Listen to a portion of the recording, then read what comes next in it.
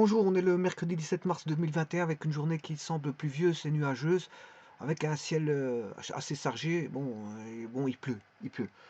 On verra ce que ça va donner en cours de journée. Bon. Alors ceci étant dit, je veux voir le signal, conversion du signal analogique en signal numérique en passant par un échantillonnage. Donc il y a trois phases. La phase où on a le signal analogique de départ, la phase où on a le signal échantillonné et la phase où on a le signal numérique. Alors pour ça, qu'est-ce que je vais faire? Bon, je vais créer tout d'abord un signal analogique. D'abord, qu'est-ce que je vais faire? Je vais travailler avec Photoshop. C'est un Photoshop qui est assez, je veux dire, réduit. Voilà, c'est un Photoshop light. Je fais nouveau fichier. Je vais l'appeler signal, traitement de signal. Traitement de signal. Voilà, traitement de signal. Je fais OK. Voilà. Si je fais OK, bon, il me donne un espace de travail. Bon, qui peut vous sembler vous scier, enfin, qui peut vous sembler vous satisfaire, voilà, ou pas, ou pas. Alors, si ça ne vous satisfait pas, bon, vous allez dans Images et vous allez redimensionner la taille de la zone de travail. Alors, je peux prendre une zone de travail qui fait 30 sur 30. Je peux redimensionner par après, on verra bien, par rapport à mon image. Alors, j'ai besoin ici de deux signaux, enfin, d'un signal analogique, je m'excuse, hein. J'ai besoin d'un signal analogique,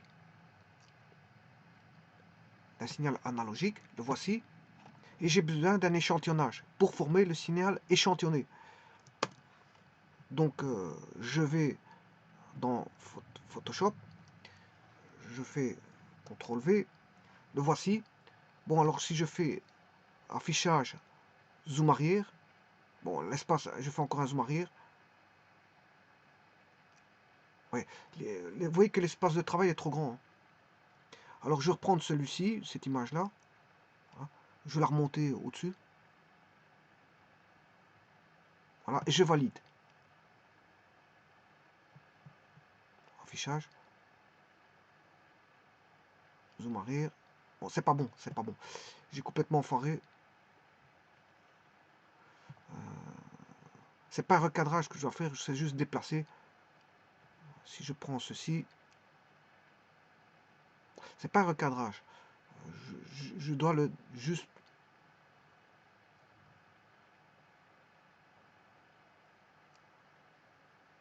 Si je me mettais là. Oui, en fait, il me fait un recadrage. C'est pas bon ce que je fais. Édition, annuler. Il faut que je fasse une copie. Je prends ceci. Édition. Plutôt. Sélection. Ça, c'est un recadrage. Donc, je vais aller dans tout sélectionner. Ici, il me prend l'espace de travail. C'est pas bon.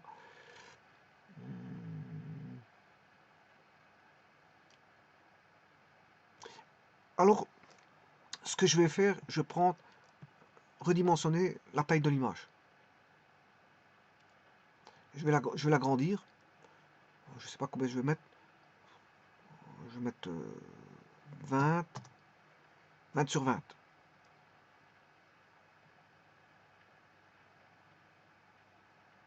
Oui, pourquoi pas. Ce serait bon ça, hein, 20 sur 20. Bon. Si ça vous correspond, si vous n'aimez pas en cours, vous redimensionnez en cours. Taille de l'image. Pas confondre l'espace de travail et l'image, hein. Je suis en train de travailler sur l'image. Je vais mettre 10. Il va mettre une image carrée parce que bon là, voilà, je vais mettre 25. 25 sur 25. Voilà, c'est ça. Alors l'espace de travail, je vais le réduire, il est trop grand. Image, redimensionner la taille de la zone de travail. Je vais mettre 20. Enfin, je vais mettre 25. 30. C'est pas bon. Trop grand. Redimensionner. Taille de la zone de travail. 25. 20. Ah, ça c'est bon. Je peux réduire, hein. Image, redimensionner la taille de la zone de travail. Je peux mettre, je sais pas quoi, il y a 20. Je vais mettre 15. Voilà, ça c'est plus ou moins bon. C'est plus ou moins bon. Maintenant, je vais faire un affichage zoom avant. Hein, affichage zoom avant. Voilà, affichage, encore un zoom avant. Ça m'a l'air correct. Ça m'a l'air correct. Voilà, ça m'a l'air correct.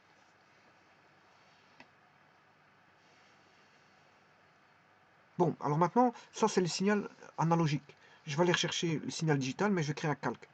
Calque, nouveau calque.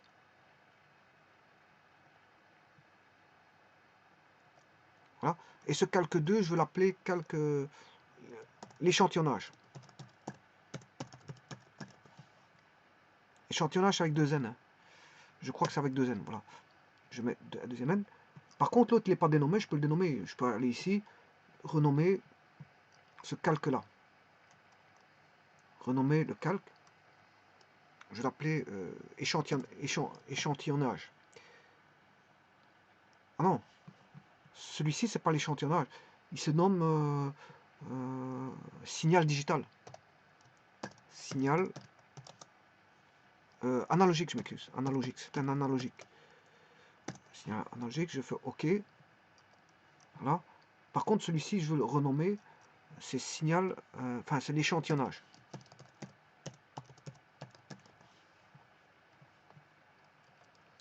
Voilà. Alors, je vais mettre quelque chose dans l'analogique. Je vais chercher enfin, dans l'échantillonné, je vais mettre l'échantillonnage. L'échantillonnage est là. C'est un échantillonnage qui se fait tous les delta t égaux, hein, pourquoi pas. Je vais même...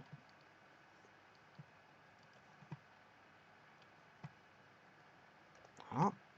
Tous les delta t égaux. Je peux faire un échantillonnage irrégulier. Ici, c'est un échantillonnage régulier.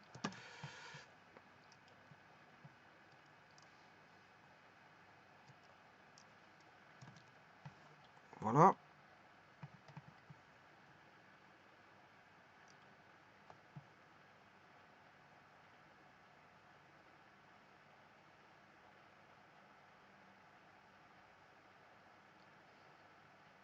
Tout sélectionné.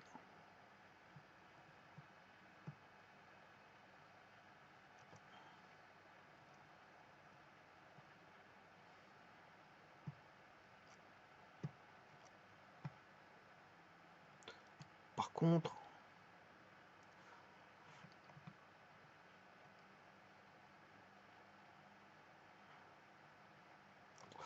bon.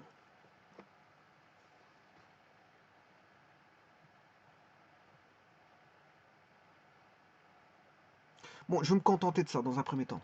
Pour aller plus vite, je vais me contenter de ça. Ici, je vais faire un produit. Un produit, voilà un échantillonnage donné. Et je vais fusionner. Fusionner les calques.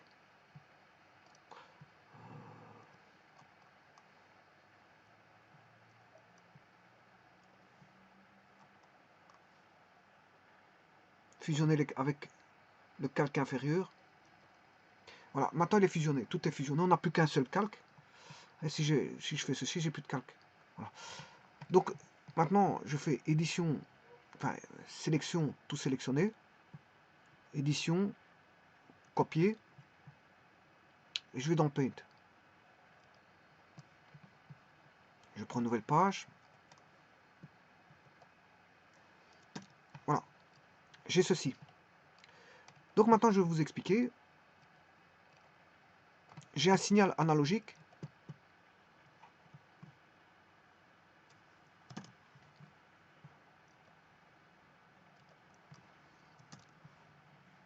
Et ça c'est un signal échantillonné. Bon, avec un échantillonnage régulier.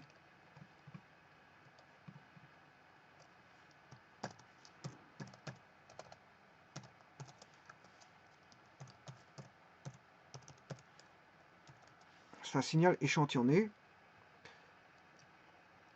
C'est-à-dire que là, on a une pression de température, une grandeur physique quelconque.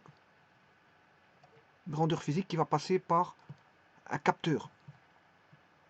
Ce capteur va traduire voilà, en une grandeur électrique, généralement en tension. On a une grandeur électrique. Donc c'est la traduction d'une grandeur physique, qui a un volume, une pression, une température, une force, enfin peu importe ce que c'est, ça peut être même une grandeur électrique, hein, pourquoi pas, en une grandeur électrique. Et donc, si vous avez l'image d'une température ou d'un volume ou une concentration, peu importe, eh bien, elle va être traduite en tension U de T.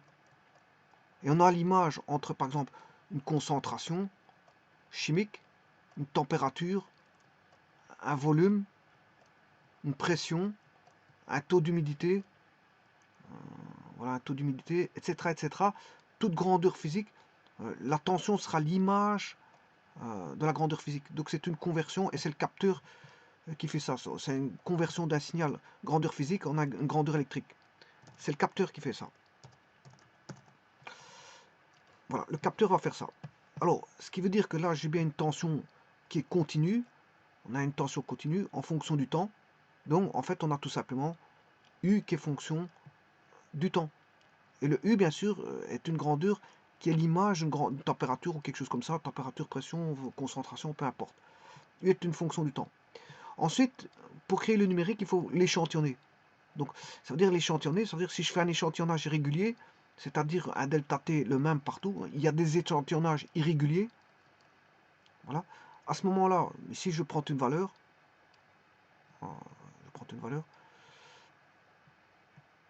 qui sera là. Là, je prends une valeur qui sera là, une valeur qui sera là, une valeur qui sera là, une valeur qui sera là, une valeur qui sera là, une valeur qui sera ici, une valeur qui sera là, et voilà, une valeur qui sera là, une valeur qui sera là. Donc j'ai échantillonné, si vous voulez, bon, le premier j'ai pris ceci,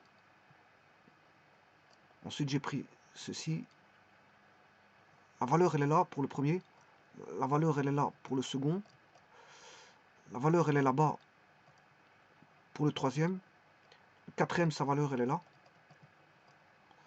Voilà, et en fait, qu'est-ce que j'ai fait? Ben,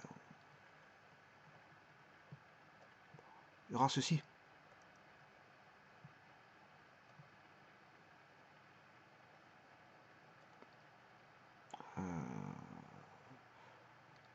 Ouais.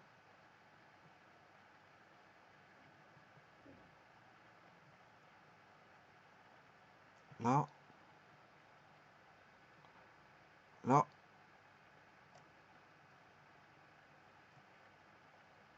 là, là, là, ici, là,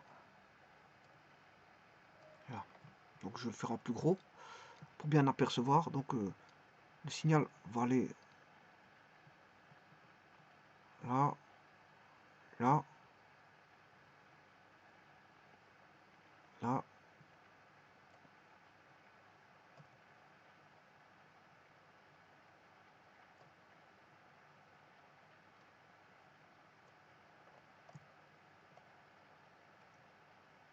Voilà, et je vais remettre les points parce qu'on ne les voit plus, hein. Je les ai mis en gros. J'ai un point là, un point là, un point là, un point là, un point là, un point ici, un point qui se trouve là. En fait, c'est la courbe, hein. Je prends juste à des temps réguliers. Là, la courbe, elle est où? La courbe, elle est là, hein. Voilà la courbe, ce qu'elle est. Elle se trouve là.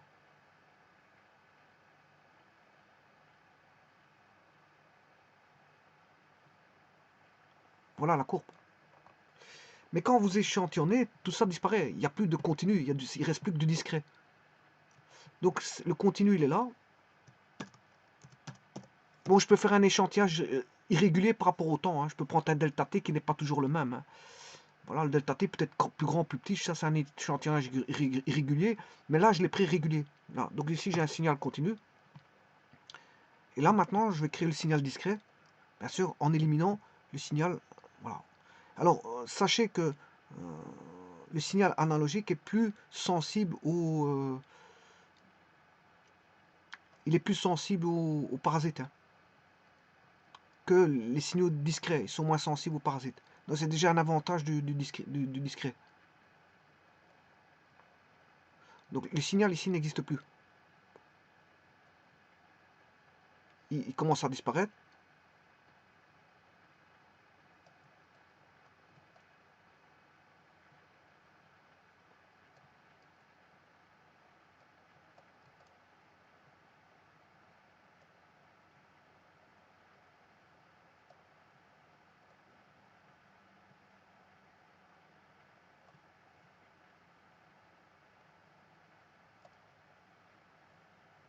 Et là maintenant on a des valeurs, ce qu'on appelle des valeurs échantillonnées.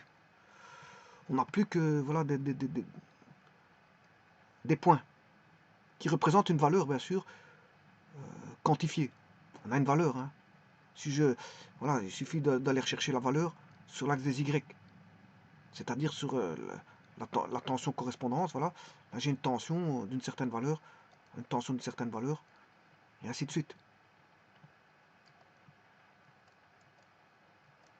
Et ça, c'est le signal qui est échantillonné, avec un delta T défini.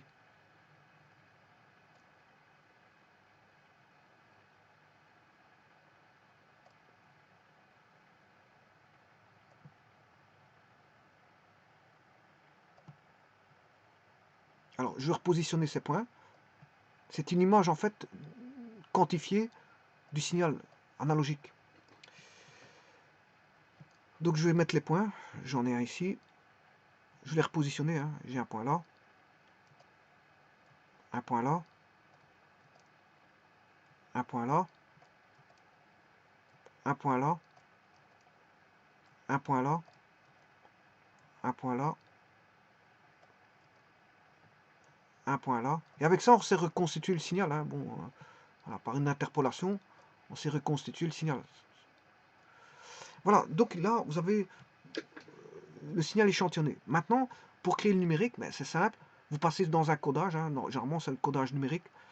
Oui, numérique, c'est ça. Maintenant, je vais passer en numérique. Supposons que là, je vais mettre des valeurs à ça. Par exemple, j'ai 8. Ici, je vais mettre 7. Là, je vais mettre 5. Voilà. Là, je remets 7. Je remets 7 ici pour celui-ci. Voilà. Et ainsi de suite. Voilà, pour les autres, hein, je peux mettre 6 ici. Voilà, 5. De nouveau 6. Là, je remets 8. Et celui-ci fera 7, par exemple. Voilà. Ce qui veut dire que ici, le traitement numérique, qu'est-ce qu'il va faire? Ben, je vais avoir 8. Il va retraduire pour avoir le numérique. Le signal numérique, il va être retraduit, le 8 va être traduit en code binaire. Donc, c'est-à-dire, si je prends ma calculatrice, si je mets sur 8 bits, voilà, je vais mettre sur 8 bits, je vais mettre le 8, et le 8, il vaudra en binaire, voilà, 1000. Donc, celui-ci va être traduit en binaire, on aura 1000, sur un octet, bien sûr. Le 1000 sur un octet, ça donne 1, 0, 0, 0, mais il y a encore, voilà, les zéros qui sont là-bas. Et là, maintenant, il est numérique. Là, il est traduit, voilà, sous forme, il est converti en nombre logique. C'est un nombre en signal logique, composé de 0 et de 1. Il est mis en signal logique, composé de 0 à 1. Donc, j'aurai 8, ensuite 7, ensuite 5. Donc, j'aurai le 8. Il faut que je reprenne une nouvelle page, hein, parce que sinon... Donc, j'aurai 8. La première valeur sera 8. Et maintenant, il est en numérique. Hein. Si je mets 8, 7, 6, voilà, je vais mettre le 8 sur un octet. Voilà. Là, il est numérisé. il faut faire pour toutes les valeurs, bien sûr. Hein. Et si vous le faites pour toutes les valeurs, vous aurez le signal numérique.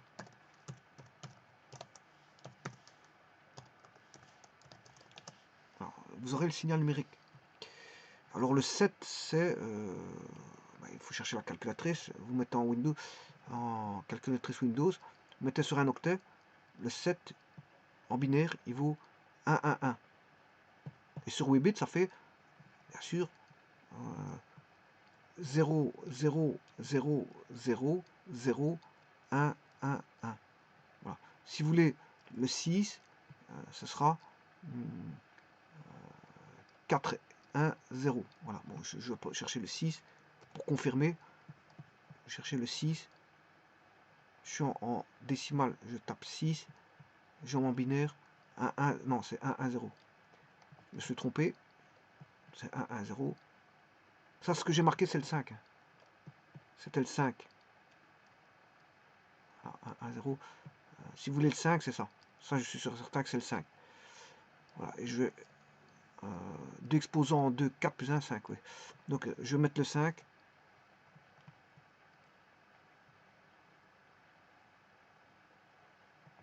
En binaire. Voilà, c'est bien ça. 0, 100. C'est bien 101.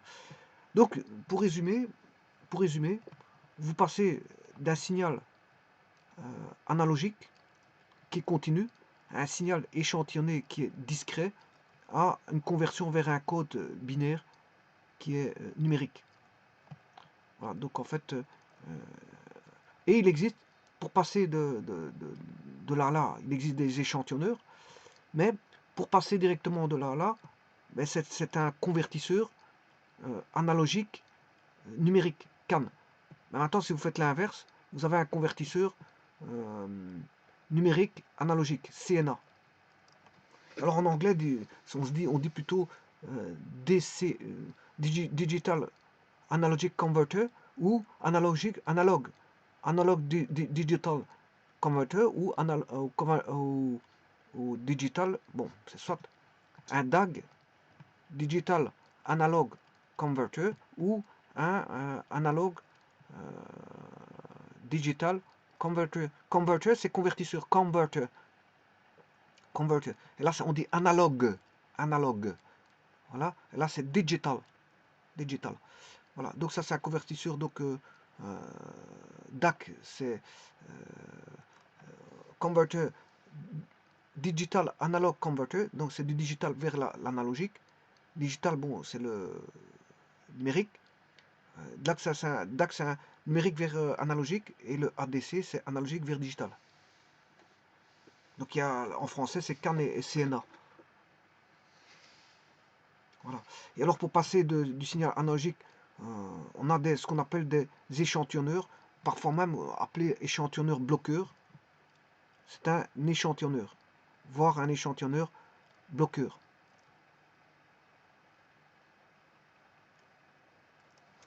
Voilà, donc vous passez d'un signal analogique à un signal échantillonné, et puis à ce moment-là, vous repassez par du numérique quand vous le codez en binaire sur 8 bits, 16 bits, 32 bits, peu importe, on s'en fout. Hein. Le codage, ça peut être sur un mot, peut être fait sur voilà, un octet, un mot, un double word, un quarter word, etc. Et le codage peut aussi passer en hexa, en octal. En octal, il n'est pas obligé d'être binaire. Hein. Je peux faire une reconversion binaire vers un autre codage. Octal, décimal, hexadécimal, DCB, code DCB. Voilà. Décimal codé binaire, etc. Bon, il y a différents types de codage. Et voilà. Donc, ça, c'est une vidéo qui vient à point nommé parce que bon, j'ai fait un petit amalgame. Alors que j'avais déjà fait une vidéo auparavant qui donnait, si vous voulez, enfin, qui décrivait ce que c'était que un signal numérique. Mais quand j'avais expliqué le condensateur, mais qu'est-ce qui s'est passé? Ben, bon, il y a une petite confusion qui s'est introduite durant 5 petites minutes, alors que la vidéo ne concernait pas voilà, le signal numérique. Hein. Il concernait le condensateur, mais bon, voilà, il y a une petite confusion. Il faudrait que, voilà, j'ai remis les choses au point, les choses en ordre, tout est correct. Et je vais mettre ce lien avec le condensateur. Et voilà, je vous remercie.